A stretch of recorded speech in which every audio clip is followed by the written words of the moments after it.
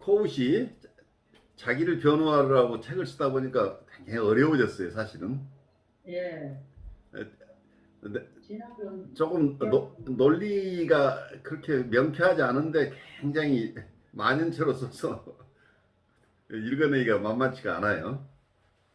조금 전에 융을 읽었는데 이게 하도 깊이 몰입돼 있어갖고 안 넘어가지네. 그래 다들 지금 용에 심취해가지고 지금 정신을 못 차리고. 아니 그 인간을 내가 그동안 어떻게 생각했었나 하는 이게 총체적인 인식이 막 흔들렸어요. 굉장히 큰 도전을 하죠. 근데 한 가지 분명한 거는 이게 한 사람 한 사람에 대한 인격적인 존엄성을 정말 몸으로 느꼈다 뭐 이렇게 한 사람 한 사람이 이렇게 귀한 거구나 이런 느낌이 너무 압도합니다. 결국은 개인의 심원이 얼마나 중요한가.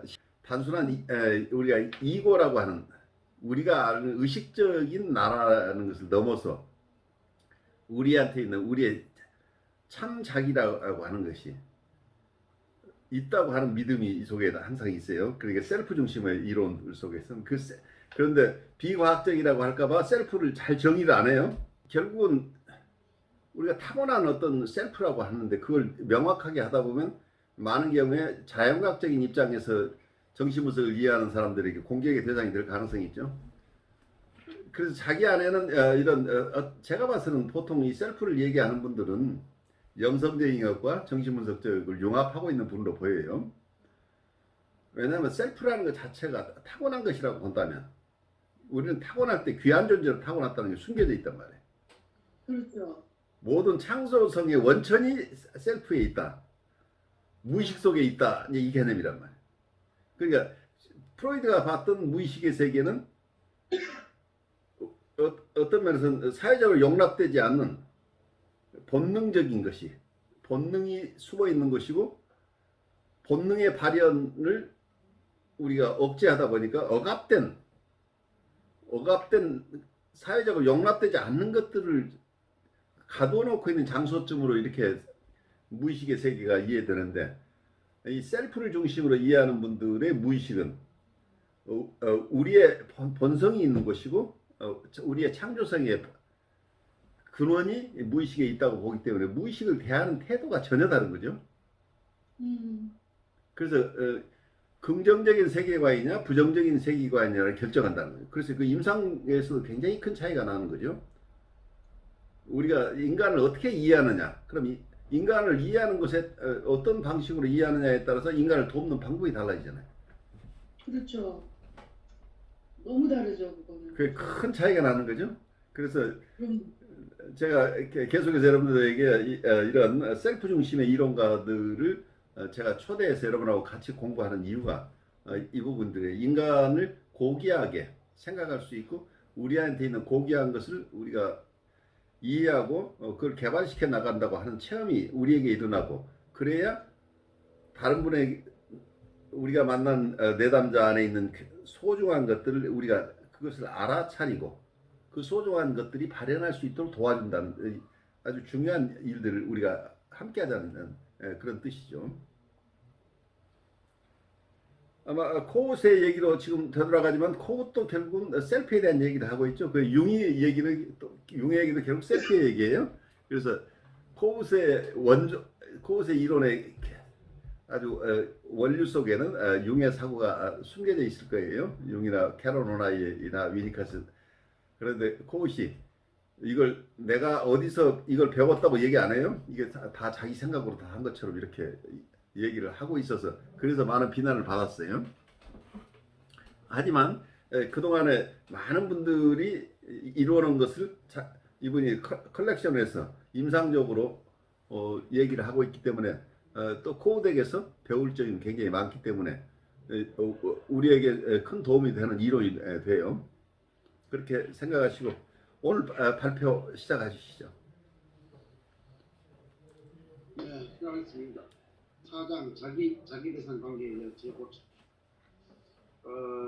이 챕터를 읽으면서 조금 이야기가 장황해가지고 정리하기가 쉽지 않았는데 자기 대상 관계에 관한 이야기보다는 어떻게 면에서 프로젝트와 자기 입장의 차이에 대한 것들을 그렇죠.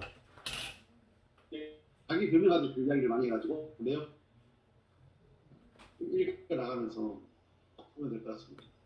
그래서 이 들어가면서 이제 제기된 문제들이 있습니다. 그 코에게 문제를 던진 그런 것이었습니다. 그 첫 번째 A는 자기 대상 관계는 일반적으로 어떻게 말할 수 있는 것인가 하는 질문이고, 두 번째는 특히 그것은 태어나서부터 죽을 때까지 계속해서 존재하는 것인가, 즉 건강한 자기는 평생 자기 대상의 지지 반응을 필요로 하는 것인가 하는 그 질문을 가지고 이야기 시작합니다. 그래서 먼저 B의 뒷부분에 대한 두 번째 질문에 대한 언급부터 하고 시작합니다. 이 질문은 자기 대상의 의미를 잘못 해석한 데서 기인한다. 특히 그것은 일반적인 의미의 자기 대상과 특수한 의미의 자기 대상을 혼동한 데서 기인한다. 그것이 무해하고 양해가 가능한 이유는 무엇인가? 그리고 그것이 과학적 의사소통에 편리한 이유는 무엇인가? 우선 그것이 무해한 이유는 그 용어를 사용할 때마다 기본적인 설명을 반복해야 한다는 부담 없이 과학적 의사소통에 쓰이는 그 용어의 용법을 명확하게 설명할 수 있기 때문이다.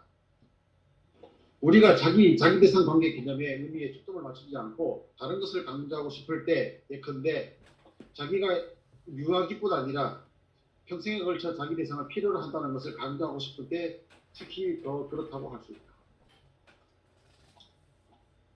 그 다음에 나오는 것이 그것은 이 용어의 모호성에 대한 것들을 이야기하고 그 모호성을 그대로 수용하는 것으로 이야기합니다.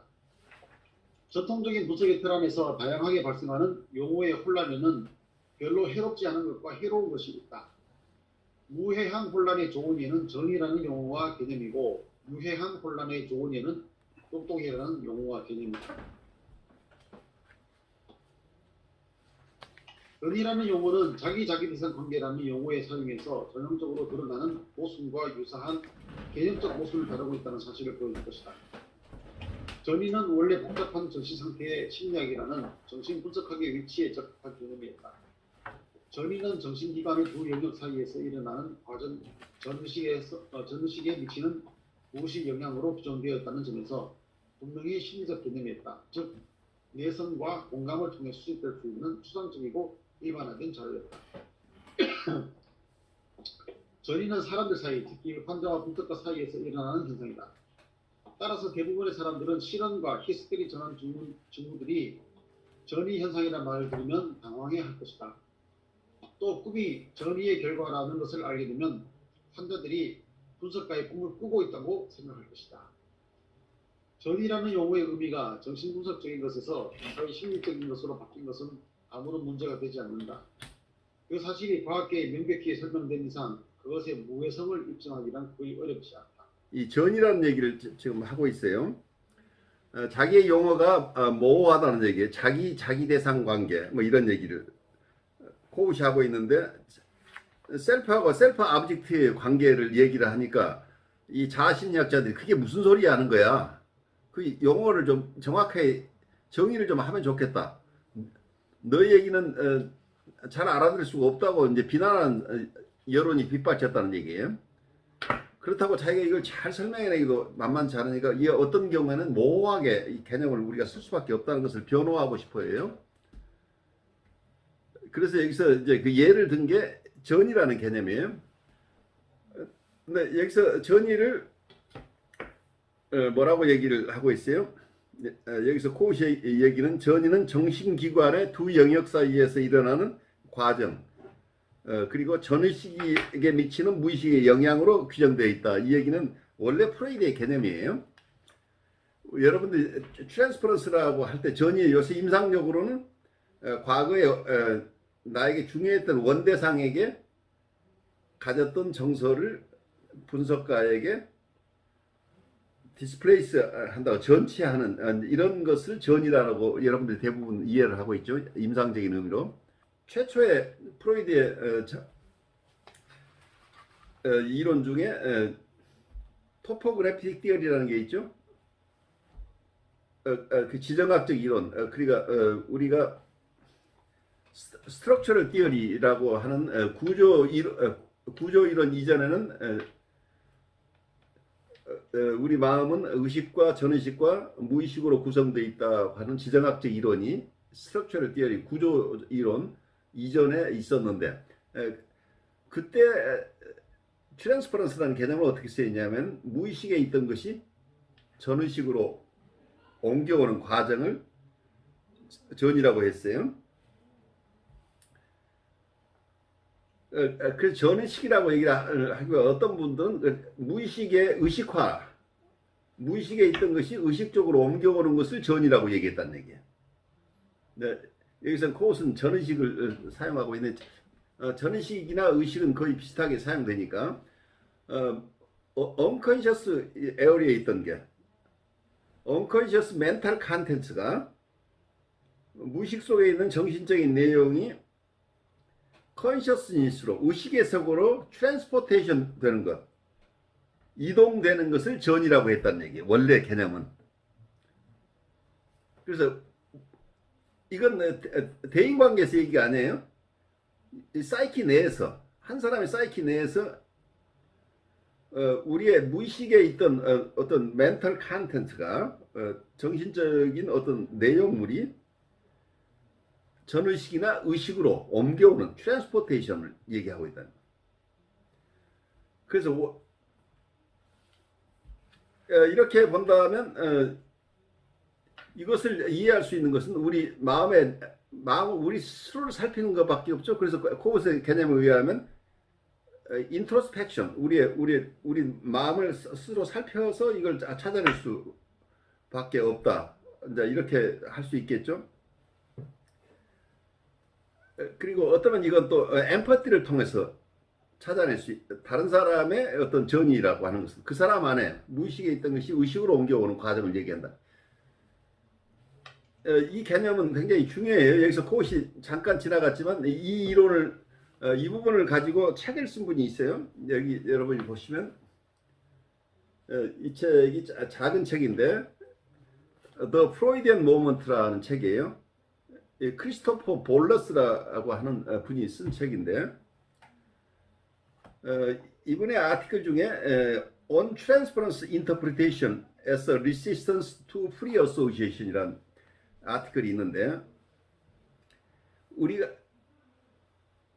트랜스퍼런스 전이 해석이라고 하는 것 자체가 어쩌면 프리 어소시에이션 우리 자유현상에 대한 저항으로 작용하는 가능성이 높다 하는 이런 이론을 썼는데 요즘 전이 해석이라고 하는 것을 이 크리스토퍼 볼러스는 어떤 식으로 생각을 하고 있냐면 원래 전이 개념은 A라는 사람에게 있던 정서가 B에 전달되어 전치되는 이런 요즘 우리가 임상적으로 얘기하는 그런 전이 개념이 아니었다는 트랜스퍼런스. 원래 프로이드가 썼던 전이 개념은 우리의 무의식에 있던 것이 무의식에 있던 정신적인 내용물이 의식으로 옮겨오는 것을 트랜스포테이션 되는 것을 의미했고 이 전이를 활성화하기 위한 기법이 자유현상이라고 하는 거예요. 그래서 자유현상이 일어나도록 도와주는 것이 프로이드의 원래 기법이라는 얘기예요. 그래서 이게 프로이드의 가장 중요한 어떤 업적이라고 이분은 봐요. 크리스토퍼 볼러스는. 그래서 프로이디안 모먼트라는 이런 개념을 사용한 것은 프로이드의 이 언더스탠딩이 우리 정신세계의 변혁을 가져왔다고 보는 아주 중요하게 보는 부분이에요. 그래서 이분은 요즘 전이 해석이라고 해석을 많이 하는 거가 어떤 경우에는 자유현상 상담자가 내담자의 자유현상을 허용하는 것이 정신분석의 원래 기법이라는 얘기예요. 크리스토퍼 볼러스가 볼 때는 요즘 현대에 와서 정신분석 하시는 분들이 참을성이 없이 프로이드가 얘기했던 자유현상을 허용하는 태도가 아니라 너무 빨리 해석을 함으로써 전이 해석을 함으로써 자유현상을 오히려 자유현상이 일어나지 못하도록 저항하고 있다. 이렇게 보고 있어요. 그게 트랜스퍼런스 인터프리테이션 자체가 자유현상에 대한 저항이라고 보는 이런 견해인데 이 책이 아마 이태리 정신분석가 협회에 가서 이분이 연설한 내용을 이 책으로 엮은 건데 굉장히 사람들에게 영향을 준 책으로 보여요. 그래서 제가 서울에서 이전에 세미나 할 때도 이 책을 좀 소개를 했었는데 제목이 뭐예요, 교수님? 더 프로이디안 모먼트라, 프로이드의 순간. 근데 국내에는 이 책이 없을 텐데 여기 보이시죠? 더 프로이디안 모먼트. 그 웹사이트에 찾아보셔야 될 거예요. 네네. 크리스토퍼 볼러스. 저거 갖고 있는 거 아니 모르겠어요. 예. 그래서 어쩌면 지금 임상적인 태도로서 이분의 태도는 많은 현대 정신분석가들하고 대치되는 이런 주장을 하고 있어요. 너무 우리 해석 중심으로 가는 거가 어떤 거면 우리가 해석 중심으로 하는 것에 대해서 모던 사이코애널리시스 쪽에서는 지나친 해석 일변도가 환자층이 정신증이거나 혹은 보더라인 환자들에게 해석하는 것은 그렇게 해석 중심으로 가는 것이 안 된다고 부분적으로 굉장히 비판적인 태도를 취하고 있는데, 그런데 원래 이 환자층은 모든 환자층에 대해서는 클래시컬한 이론 쪽에서는 정신분석이 아니라고 얘기를 하니까 그건 서로 상충되는 얘기는 아니에요. 그런데 이 볼러스가 하는 얘기는 근본적인 질문을 하고 있어요. 요즘 분석가들이 너무 지나치게 전위 해석 중심으로 해석을 하고 있는 건 트랜스퍼런스. 이 트랜스퍼런스라는 개념 원래 자체는 한 사람의 사이키 내에서, 한 사람의 마음 안에서 무의식에 있던 것이 의식으로 옮겨가는 것을 전이라고 하는데, 요즘 그 전이 해석은 그것과는 많이 다른 것 같다. 그래서 이 무의식이 의식화되는 것을 도와주기 위해서는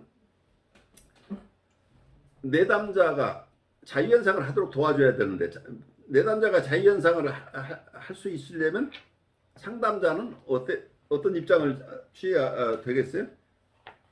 상담자 입장에서는 중립적인 태도를 취하고 있어야 되겠죠. 그래서 이분이 suspended attention을 줘야 된다고 얘기를 하고, 이분이 suspended attention이라고 하는 게 공평하게 주의를 줘야 된다. 그래서 중립적인 태도를 취해야 된다고 하는 것이, 분석가에게 요구되는 덕목은 이분리 호버링 어텐션이라고 하는, 이분리 호버링 어텐션이라는 개념과 내담자는 프리 어소시에이션, 자유현상을 하도. 그래서 이 두 가지가 같이 가야 되겠죠. 환자가 자유현상을 하려면 우리가 환자의 어느 한 측면만을 선호하거나 우리가 선입견을 가지거나 우리가 어떤 편견을, 선입견을 가지고 대하지 않고 내담자가 어떤 얘기를 하건 공평하게 우리가 어텐션을 줘야 된다는, 우리 중립적인 태도를 취해야 된다는 얘기죠. 그래서 내담자가 충분하게 자유현상을 통해서 자기의 무의식이 의식에 접근할 수 있도록, 이 트랜스포테이션이 일어나도록 도와주는 이런 임상을 현대에 와서 많이 잃어버렸다.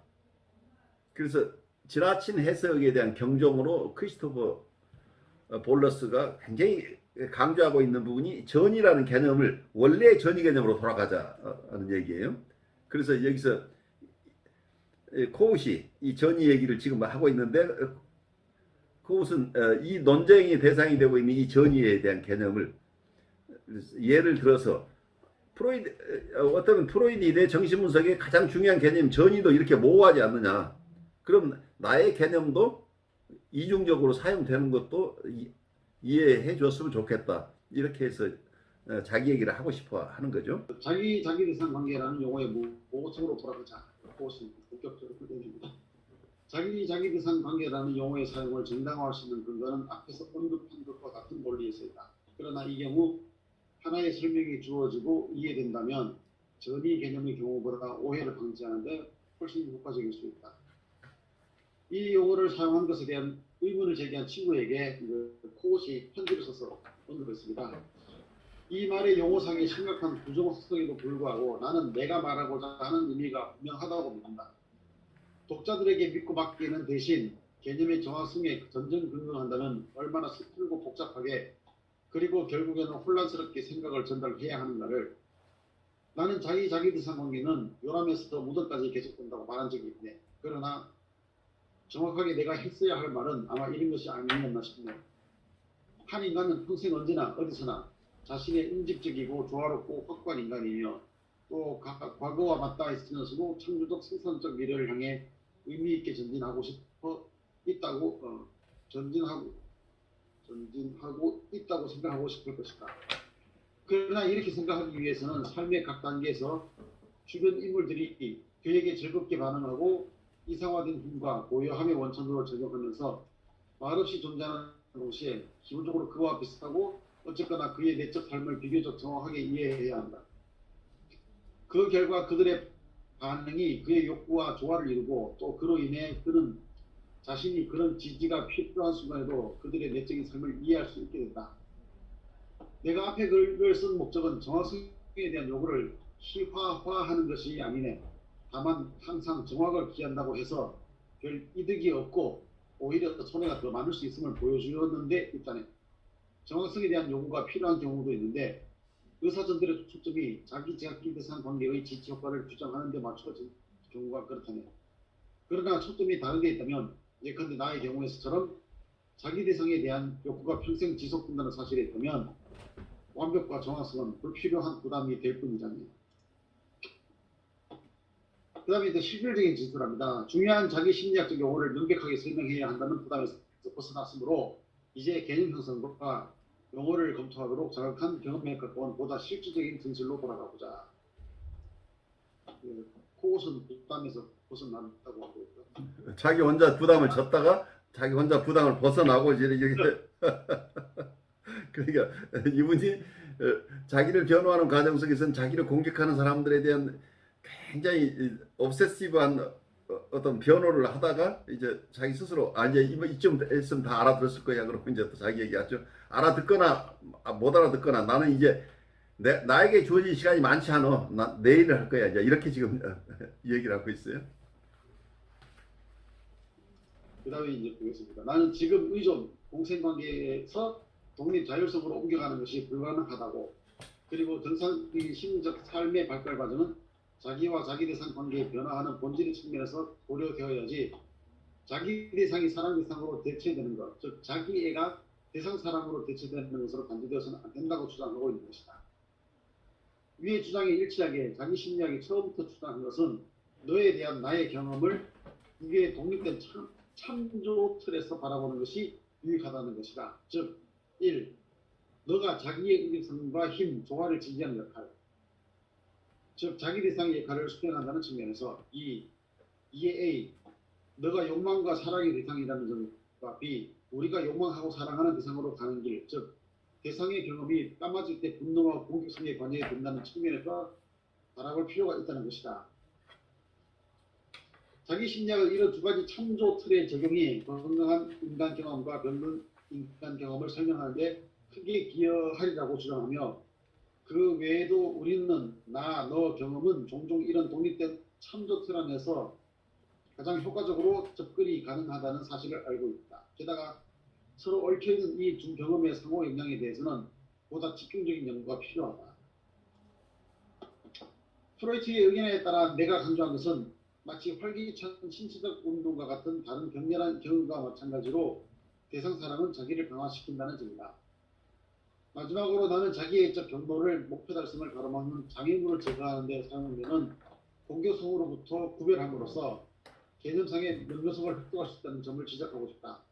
전자의 특징은 용서를 모르는 증오와 잔인함인 반면 후자의 특징은 문제의 목표가 달성되었을 때 진정되는 성향과 상대에게 불필요한 상처를 주지 않으려는 욕구이다. 근데 뭐 솔직히 그 실질적인 진술을 해도 무슨 말인지 잘 알아듣기 힘들죠. 그래서 그래요. 그것이 애를 쓰고 있는데 이분이 애를 쓰면 쓸수록 전부 미궁에 빠져요.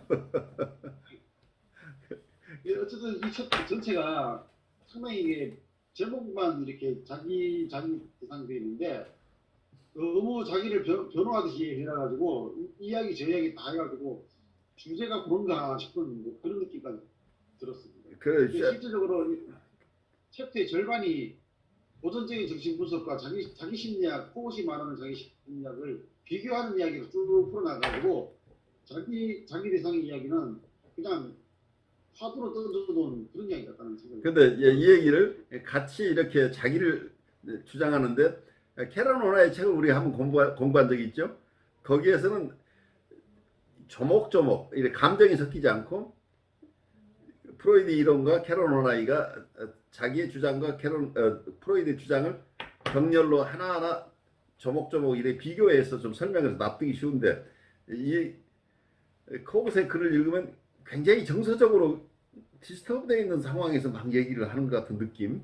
그래서 여기에서 자기애적인 경로가 느껴져요. 이분 스스로가 느끼고 있는 정서겠죠.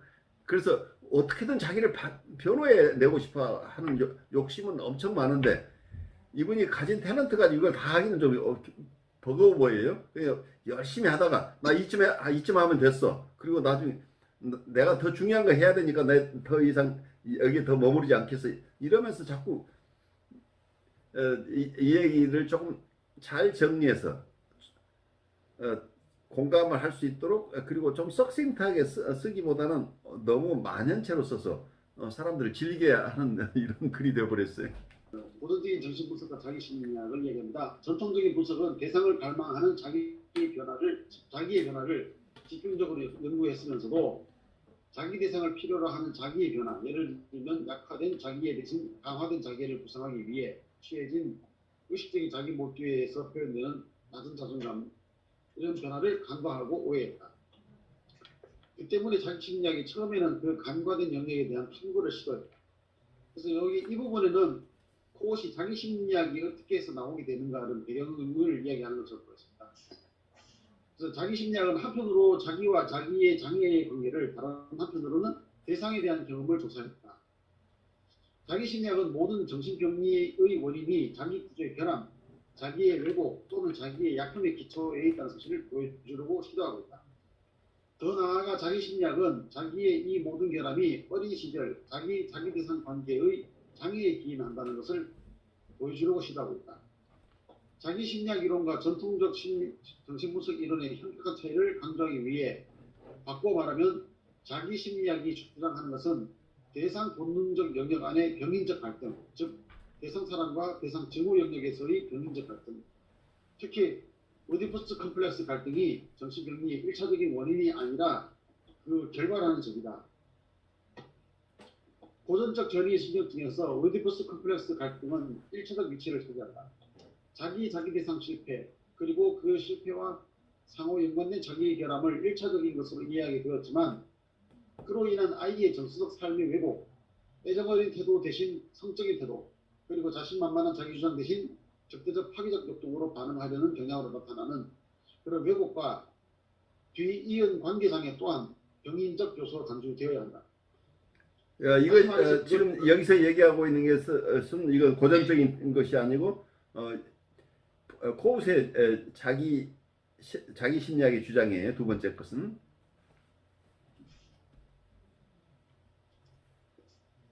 다시 말해서 그것들은 결국에는 고전적 전이신경적 증후를 형성하게 되는 일련의 중간적 사건들을 구성한다는 점에서 원인적 요소로 간주되어야 한다.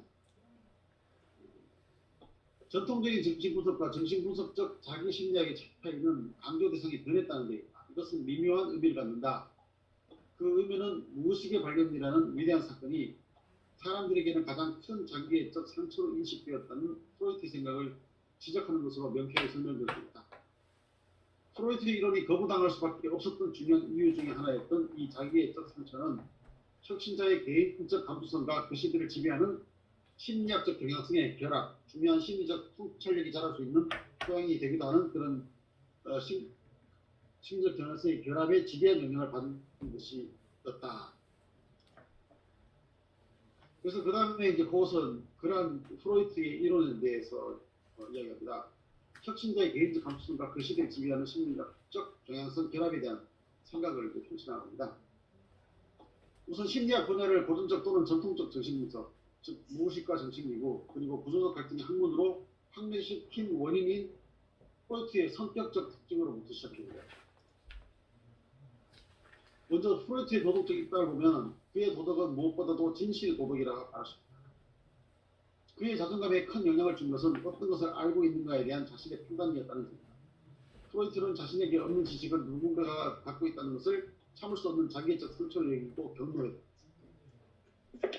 그가 주장한 것은 사람들이 스스로 안다고 생각하는 것, 정신의 완전한 내용에 대해 실제로는 그들이 모르고 있다고 주장하면서 그들을 그런 사실에 직면시키는 것이 정신분석이 그들에게 가장 심각한 상처를 주고 있다는 것이다. 그것은 코페르니쿠스와 다윈이 인류에게 이 상처들을 오만하게 다스리는 것이라고 그는 덧붙였다. 심리학적 진실에서 심리학자가 미치는 개인적 요소는 양자 물리학자의 관찰 도구처럼 개인적인 진실과 분리될 수 없다. 프로이트는 자신의 성격적 특성으로 인해 정신적 삶을 의식적인 부분과 무의식적인 부분으로 구분했고 처음 그의 연구 결과를 체계할 때 아는 것과 모르는 것의 차이에 우선순위를 두었으며 또 그가 자신의 선택에서 가장 중요한 특징으로 간주했던 정신에 대한 이론론에서 지식의 접근 가능성을 판단 기준으로 사용했을 것이다. 프로이트의 경우 초기에 정신의 무의식층과 의식 또는 전의식층의 이분화 이론에 기여했던 바로 그 감수성이 후의 원본능과 자아의 이분화에 대한 보완 이론에도 기여했을 것이라고 추측할 수 있다.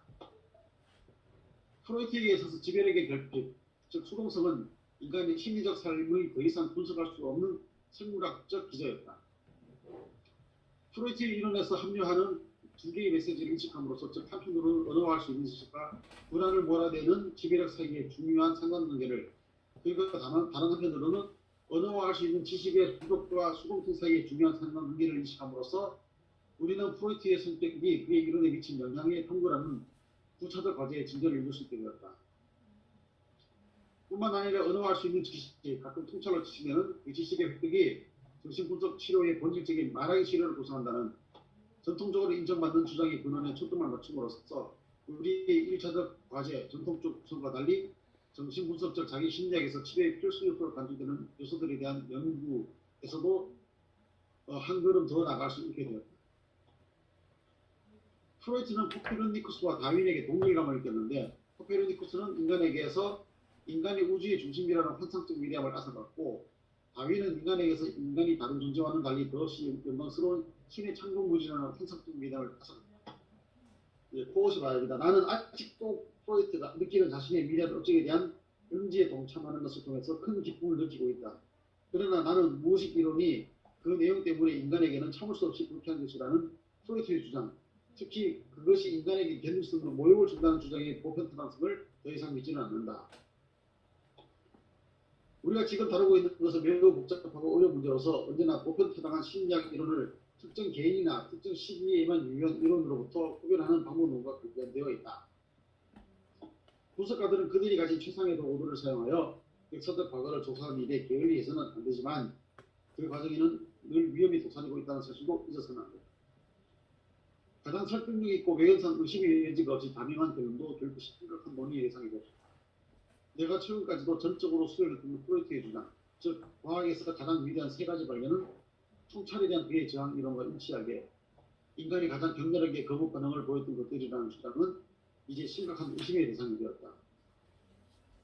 구체적으로 혁신적인 과학적 발견에 대한 다양한 부정적 반응들은 프로이트가 생각했던 것보다 덜 보편적인 방식으로 설명될 수 있다. 그것들은 특정 시기에만 해당되는 반응일 수도 있고 또는 특정 집단이나 개인에게 국한되는 것일 수도 있다.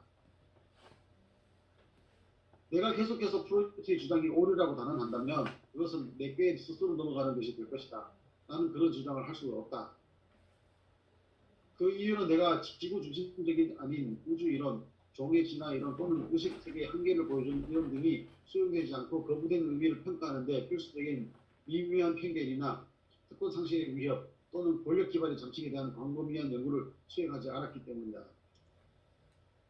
앞에 비판을 다 하고는 뒤에 가가지고는 내가 또 예, 숨어버리는. 또 숨어버리죠. 그 이번에 패턴이에요. 그 계속해서 자기 주장을 하다가 또 꼭 그런 것은 아니에요. 예, 이런 패턴을 계속 반복해서 어쩌면 이분의 이론을 따라하기 굉장히 힘들어요. 이분의 독자적인 공감 중심의 이론에 대한 비판이 거세지면 공감이 특별한 게 아니라고 그냥 쑥 물러나기도 하고, 이래서 자기 것을 잘 지켜내지 못하는 이런 상황이 계속 반복돼요. 마지막까지. 자기 주장을 하다가 또 그 주장을 철회하고 또 상황 봐서 또 그 주장을 다시 돌아가고, 그래서 이분을 따르는 사람들이 굉장히 혼란스럽게 되죠. 일관성 있게 자기 주장. 그래서 자기의 이론이 발전하면서 점차적으로 변모해가는 건 괜찮은데, 자기 이론을 주장하다가 반론이 거세지면 그 얘기를 또 없었던 것처럼 하고 또 다시 과거로 돌아가고 이래서 좀 혼란스러워요. 다윈과 프로이트 학설이 거부당한 것은 당시 페렌치가 도처에 남아있는 유아기 전능성의 발견으로 인한 상처에 대한 프로이트의 언급이 의문을 품을 수밖에 없었던 것과 유사한 이유 때문이었습니다. 나는 다시 한번 코페르니쿠스와 다윈이 살던 시대, 심지어 프로이트가 살았던 시대에 기반을 갖고 있던 권력 집단에게 입힌 자기애적 상처를 철저하고 확실하게 평가하는 것이나, 지금 검토 중인 이론이 거부당한 이유가 이런 집단에 의한 방어적인 반격인지를 평가하는 것은 나의 능력 밖이라는 사실을 인정합니다. 그러나 복잡한 사회적 행동의 동기는 심리 조직의 가장 심층에 편지한 반응에서 직접적으로 나온다는 설명이 지나치게 단순한 것임을 밝혀줄 유능한 역사가라면 분명 어떤 인과적 연결고리를 확인할 수 있을 것이다. 본인이 하고 싶은데 본인은 피하고 넘겨버리는. 누군가가 이걸 증명할 거라고 얘기하고 있죠. 아직도 분석가들에게 널리 인정받고 있는 프로이트 입장과는 대조적으로 내가 강조하고 싶은 것은, 훌륭한 새 아이디어와 위대한 발견이 인류에게 불쾌감을 주는 것으로 단수되어서는 안 된다는 점이다. 그것들은 오히려 환영받아야 마땅하다. 왜냐하면 그것들을 알게 된 사람들의 자존감을 고려시키며 그것들이 개인적 특권과 권력을 위협하지 않는 한 이상화된 핵심자의 융합을 통해 그들의 권력을 증진시키기 때문이다. 이게 자기 이론을 내 이론을 잘 받아들이라고 지금 요구하고 있는 거죠. 이걸 못 받아들이면 당신들이 좀 이상한 거다고 얘기를 하고 있다는 얘기죠. 그래서 이분이 철저하게 어떤 면에서는 다른 사람으로부터 자기애적 지지를 받지 못하는 것을 소화를 못한 것 같아요. 평생. 그래서 이분의 이론은 자기를 구원해내고자 하는 소망에 자기 이론화된 부분도 꽤 있지 않나 싶어요. 이분이 누구보다도 자기애적 욕구가 강했던 분. 그래서 항상 자기 이론에 대한 비판에 대해서 굉장히 예민하고, 그래서 일관되게 자기 주장을 펴나가는데 어려움이 있었고, 그리고 이분은 자기 이론을 만들어가면서 자기 주위에 자기를 서포트하는 그룹을 꼭 함께 가지고 있었던 것으로 보여요. 그게 나중에 하나의 학파가 되긴 했지만 뭔가 프로이트도 자기 지근거리에 자기를 지지하는 그룹을 형성했던 것과 마찬가지로 이분도 자기가 생전에 자기 이론을 같이 연구해주고 지지해주는 그룹을 항상 가지고 있었다고 하는 거예요. 그래서 이분이 자기애적 리드를 얘기하고 있는 것은 이분의 개인적인 체험과 함께 맞물리는 부분이 있어 보여요.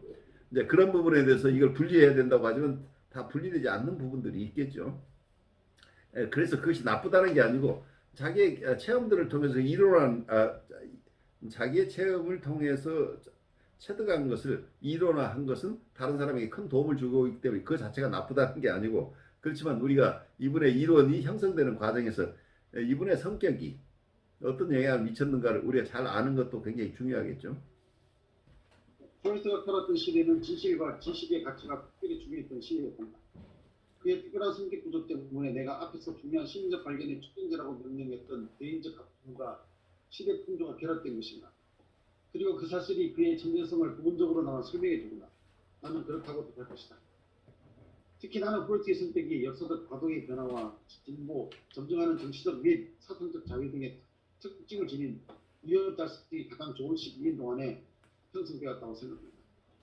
사회문화침과 프로이트의 개념화 사이에는 현저한 유사성이 존재한다. 프로이트 당시 유럽, 특히 그가 성장한 오스트리아에서는 정치적 자유주의가 세력을 떨치고 예술과 과학이 꽃을 피운 한편 전체적이고 신비적인 믿음의 세력도 존재하고 있었다. 이런 인식은 회상에 의한 것이고 당시에는 그것이 지닌 엄청난 잠재력은 인식되지 못한 채 무시와 조롱의 대상일 뿐이었다. 이와 마찬가지로 정신에 대한 프로이트의 생각도 양분되어 있습니다. 프로이트가 말하는 정신은 한편으로는 의식세계, 후에는 자아와 초자아의 의식세계와 다른 한편으로는 무의식세계, 후에는 원본능, 그리고 자아와 초자의 무의식세계로 구성되어 있습니다. 대조적으로 우리가 살고 있는 이 시대는 위에서 말한 사회문화적 이분화의 중요성이 훨씬 확대되고 최소화되어서 보입니다. 프로이트는 세계말 환자들의 선택 구조 연구를 통해서 정신의 이원론적 이론과 뒤이어 구조적 갈등 이론을 정립했지만 그들의 성격 구조와는 달리 우리 시대에 만연된 성격 구조는 억압에 의한 단순한 수평적 분열로 정의화될 수 없다. 현대인의 정신은 허약하고 여러 조각으로 파편화, 수직으로 분리되고 구조화된 상태를 특징을 하고 있다는 점에서 무의식적 갈등 모델을 통해서는 문제를 충분히 이해하고 생각하기 어렵다. 나의 생각은 이렇게 되어진다. 프로이트의 과학적 견해, 그의 관찰에 미치는 선택, 즉 그의 이론의 본질은 그의 선택에 의해서뿐만 아니라 그가 살았던 시대에 의해서 크게 영향을 받았다. 프로이트의 성격적 특성과 그가 살았던 시대의 특성을 구별한 것은 교육과 설명을 위한 것이다. 이 구별은 인위적인 것이다. 왜냐하면 당대의 사회적 조건과 간섭, 취향 등은 아이들에 대한 어른의 행동에도 결정적인 영향을 미쳤고 그 결과 아이의 성격이 형성되는 환경을 조성했음이 분명하기 때문이다. 두 번째, 프로이트의 견해가 지닌 시대적 특수성에 관한 내 주장은 프로이트를 비판하기 위한 것이 아니다.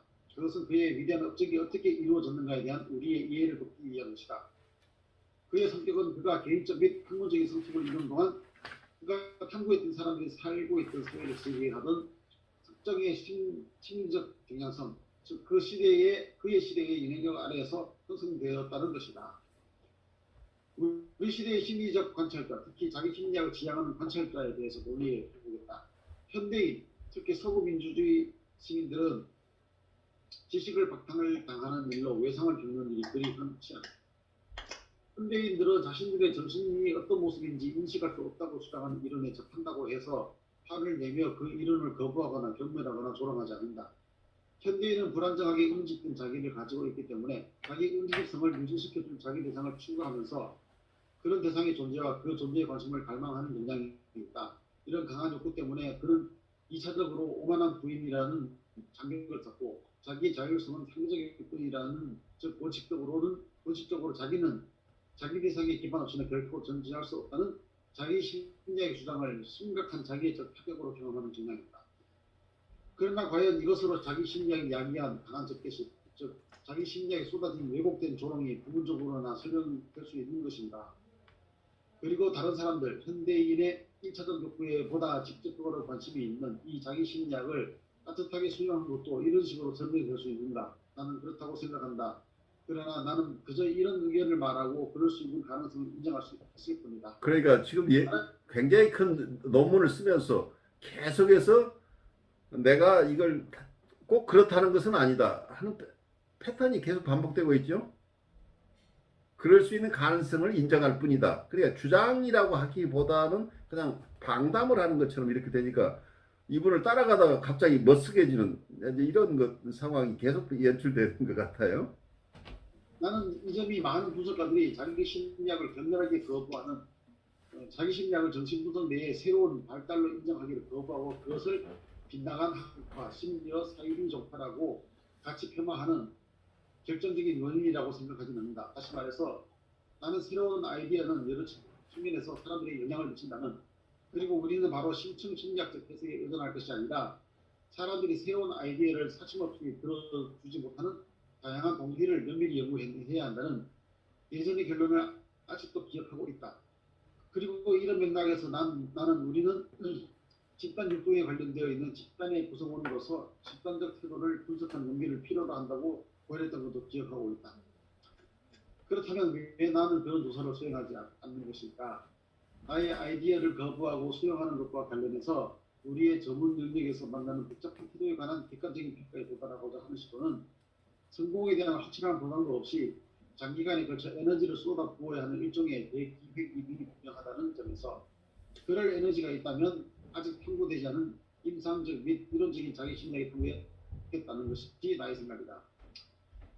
나는 내 책에 쏟아지는 동료들의 긍정적인 부정적 반응을 객관적으로 평가하는데 남은 시간을 쏟기보다는 보다 중요한 학문적인 과제 수행에 충실하면서 직업적으로나 학문적으로 내가 가장 잘할 수 있는 분야에 집중하기로 작정했다.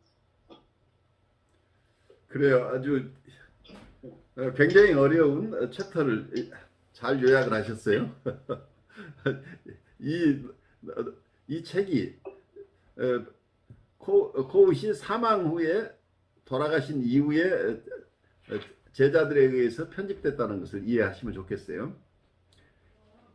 그래서 이분이 논문을 썼지만 책으로 만들어내지 못하고 돌아가신, 그래서 이분이 굉장히 고생할 때 쓴 책이 아닌가 싶어요. 그래서 굉장히 자기 생이 얼마 남지 않았다는 것에 대한 굉장히 초조함이 이 글 속에 많이 묻어나 있는 것 같아서 안타까워요. 이분이 마지막에 암으로 돌아가셨던 것으로 기억이 되는데 그 투병하는 과정 속에서 이런 글들이 나오지 않았을까 싶어요. 자, 여러분들 오늘 잠깐 나눔의 시간 갖도록 하죠. 우리 강 목사님부터 좀 나누시죠. 뭐 어쨌든 이걸 보면서 얼마나 이게 코웃이 고통을 당했는가 그런 생각이 먼저 들었고요. 자기가 들었던 대로 뭐 아까 밑에 나왔던 것처럼 누군가가 자기를 향해서 빗나간 낙파 또 살기 좋다라는 그런 말을 했을 것인데 거기에서도 나름 자기의 학문적인 것을 잘 수행하려고 애를 썼던 그런 모습이 보이는데 어쨌든 자기 심리학의 이야기가 여기서 이 챕터에서는 정확하게 뭐 다 이해할 수는 없지만은 어쨌든 자기 심리학이 어떤 의미에서 나오게 되었는가라는 그런 이야기들을 이제 하는 걸 이제 보게 되면서 나름 어떤 이 과거에 전통적으로 가져왔던 거기에서 머무르는 게 아니라 전통도 있지만은 새로운 시도를 어떻게 보면은 그런 사이비 종파라는 말을 들을 만큼 그런 과감한 도전을 했다는 것 아니겠습니까? 그런 도전이 있었기 때문에 어떤 면에서 보면은 좀 혼란스럽긴 하지만 그래도 우리가 이 인간 자체가 모순이 있고 모호하기 때문에 그런 가운데서도 우리도 뭔가를 이 자기 심리학을 통해서 우리도 이제 고전적인 그런 틀이 아니라 새로운 시도도 배울 수 있는 그런 가능성들, 기회들이 생기지 않았나 그런 생각도 해보고요. 또 한편으로 보면은 또 발전을 위해서는 어쩌면은 과감하게 한번 자기 아이디어를 이렇게 사기 종파라는 소리 들으면서도 한번 던져봐야 되지 않을까 그런 생각도 해보거든요. 예, 그래요. 근데 이 코웃은 이렇게 자기를 열심히 변명해냈는데 어떤 현대정신분석의 스파트니스는 자기를 위한 변명을 한 번도 한 적이 없어요. 그냥 이 사람은 원래 졸업을 못했어요. 정신분석 과정을 다 마쳤는데 결국 학교에서 수용이 되지 않아서 정신분석가라는 타이틀을 갖지 못하고 그냥 이번에 메디컬 닥터로서 환자들을 봤지만 정신분석 이론은 자기가 완성을 했어요. 그래서 거기에 따라서 후배들을 양성해서 제자들을 양성해서 그 제자들이 정신분석 연구소들을 만들어서 현대 정신분석이 형성이 됐어요. 그래서 이분은 자기 고집대로 자기 책 쓰고 이렇게 같이 자기를 굳이 변명해 내는 노력보다는 정말 자기의 이론을, 그리고 이분은 자기 혼자 했다고 하는 것보다 모던 사이코애널리스트의 선구자들이 누군가, 거기에 또 너무 많이 과거에 내가 지금 하고 있는 건 나 혼자 하는 게 아니고 여러 선배들의 많은 인사이트가 있어서 그걸 내가 종합해서 내 것을 조금 보탰을 뿐이다. 그래서 나는 따로 하나의 학파를 세우겠다는 게 아니고 언젠가는 내가 세운 이론들이 결국은 클래식한 이론 쪽에서 내 것을 다 가져갈 것이다 라는 걸 예언을 해요. 실제로는 그런 현상이 일어나고 있어요. 이분의 이론들이 다른 이름으로. 그런데 이걸 이분을 그대로 수용하는 게 아니고 이 인사이트들은 다 가져가서 다른 학파에서 쓰면서도 이분은 영원히 매장된 이름으로 다른 학파에서 인용해 주지 않는 사람은 남아 있어요. 근데 코웃은 이렇게 무시당하는 것을 못 견뎠던 사람 같아요. 그래서 끊임없이 자기를 변호하고 싶어 했었던 것으로 느껴져요. 또 우리 다른 선생님도 잠깐 나누시죠.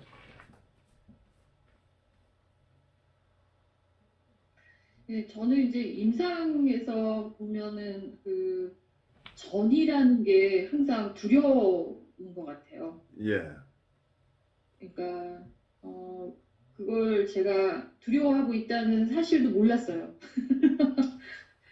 그러다가 이게 치료가 드롭되거나 어떤 좀 끊기거나 뭐 이렇게 끝나버렸죠. 그렇죠. 예. 그러니까 치료 안에서 전이를 다뤄본 적이 있었나 없다. 근데 이제는 그 전이 상황이 이제 알아차려지는구나. 그리고 이제 어떤 내가 좀 당황스러울 때 이게 나의 역전이 불안이구나. 뭐 이런 거 있잖아. 예. 이게 이제 몸으로 느껴지네. 뭐 이런 거 있잖아요. 그래서 제가 경험하는 자아와 관찰하는 자아라는 측면을 요새 계속 생각하면서 임상 속에 들어가 있는데요. 그 전이를 이렇게 해석하려는 그런 좀 충동, 그래 버려야 속이 시원한 이런 그렇죠. 거를 얼마나 인내를 갖고 참아야 되는지를 알아요. 제가 이제 몸으로 느끼고 있고. 그러시죠. 해석한다고 그가 변하는 것도 아니고요. 그래서 치료자가 참 이 온몸으로 정말 치료의 도구가 될 수밖에 없다는 게 이런 거구나. 그러면서 아까 교수님이 얘기한 대로 전이는 무의식에 드러나는 과정이다 그랬는데 그만큼 저를 딛고 뭔가 흘러나오잖아요. 그렇죠. 결국 내 무의식을 통해서 나오는 거죠. 이 사람의 무의식, 내 무의식을 만나는 거니까. 예, 그래서 제가 어떻게 보면 그거를 알아차리고 그 정보를 바탕으로 이 사람과 어떤 대화를 이어갈지 어떻게 접근할지를 이제 생각해 봐야 되는 그런 과정들도 복잡하게 포함되고요. 그래서 이제 이게 좀 희한해졌어요. 그래서 이 전이라는 말이 정말 알 듯 모를 듯 참 이렇게 들어오지 않았는데 이게 저한테 이번 가을엔 굉장히 이렇게 직면하는 그런 상황이 오고 있어요. 근데 이상하게 내담자들마다 저한테 막 들이대는 거예요. 그래. 근데 이전에는 내담자는 똑같은데 내 어웨니스가 없었을 가능성이 있죠. 그렇죠. 맞습니다. 그걸 몰랐던 거예요. 그리고 괜히 혼란스럽고. 근데 이게 그거였구나. 그래서 이게 참 임상이라는 게 훈련이라는 게 이게 참 그냥 되는 게 아니네요. 이러면서 제가 좀 생각이 복잡해요, 교수님 요새. 그래요. 반갑습니다. 여러분들이 진통의 과정을 겪으면서 우리가 조금씩 달라지는 거죠. 저는 이 코엇이 임상을 통해 가지고 그 나르시스틱 그 성격 장애자들 예, 그런 분들 많이 고쳐주는 데 공헌을 했다고 그러잖아요. 예, 예. 그래서 이분이 이론은 확실히 뭐 이렇게 아주 명확하게 우리한테 이렇게 보여주지 못할지라도 그 실제 임상을 통해 가지고 자기 그 이론을 적용해서 효과를 봤기 때문에 저는 그 점에서 많이 높이 사고 싶고 이 셀프 사이칼로지를 좀 많이 알고 싶어요. 네, 좋아요. 그래, 굉장히 귀중한 이론이에요. 인간적인 고뇌가 서려 있는 어떤 이론들이라는 것을 오늘 얘기하고 있는 거죠. 근데 그 이론 자체는 다 우리가 공부하는 이론인데 어느 하나 버릴 것들이 아니라고 이해를 하시면 좋겠어요. 우리 환자 층에 따라서는 굉장히 중요한 이론들이죠. 하지만 그것을 전부로 이해하면 이제 문제가 생겨요. 그것만 익히면 다른 층의 환자들을 보는데 또 어려움이 생겨요. 그래서 종합적으로 보셔야 됩니다. 막연히 저는 치료를 안 하는 사람으로서도 그 막연히 느낌에 어떻게 표현을 해야 될지 모르겠지만 어떤 해석이나 다른 어떤 이성적인 어떤 것보다도 전이 자체를 담아내는 것이 굉장히 치료의 가장 중요한 핵심이 아닌가라는 얘기를 늘 해왔었는데 그게 요즘에 그냥 짐작이 가요. 저는 윤 선생님이나 다른 선생님처럼 임상을 안 하잖아요. 근데 짐작을 하면서 제가 이 시간에도 가끔 나눴던 제 주위의 사람들의 그 불편한 감정이 저한테 오는 거 있잖아요. 그때 저는 담아내지 못하고 담아내고 이런 얘기를 했었는데 그게 진짜 중요한 정말 도구가 아닌가 하는 짐작이 요즘 와서 더 드는. 그 어떤 한 선생님이 담아내는 것만으로 그분들 변할 가능성이 많이 있어요. 그러니까 상담이라는 이름을 가질 필요는 없어요. 상담이 그렇지 않아도 이분들을 담아내는 어떤 분이 있다는 것만으로 이분들은 변화가 일어날 수 있다는 굉장히 중요한 역할을 하시는 거죠.